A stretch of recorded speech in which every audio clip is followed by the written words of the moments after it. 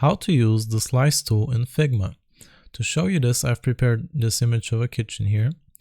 And what I want to do now is go up to the top left corner, and we're going to go to the frame, the region tools. And I want to click on this drop down. And from here, I'm going to click slice, or I can type S on my keyboard. And now I can just drag out like this. And it will create this slicing area, which I can resize. And as you can see, it snapped to the middle of the photo.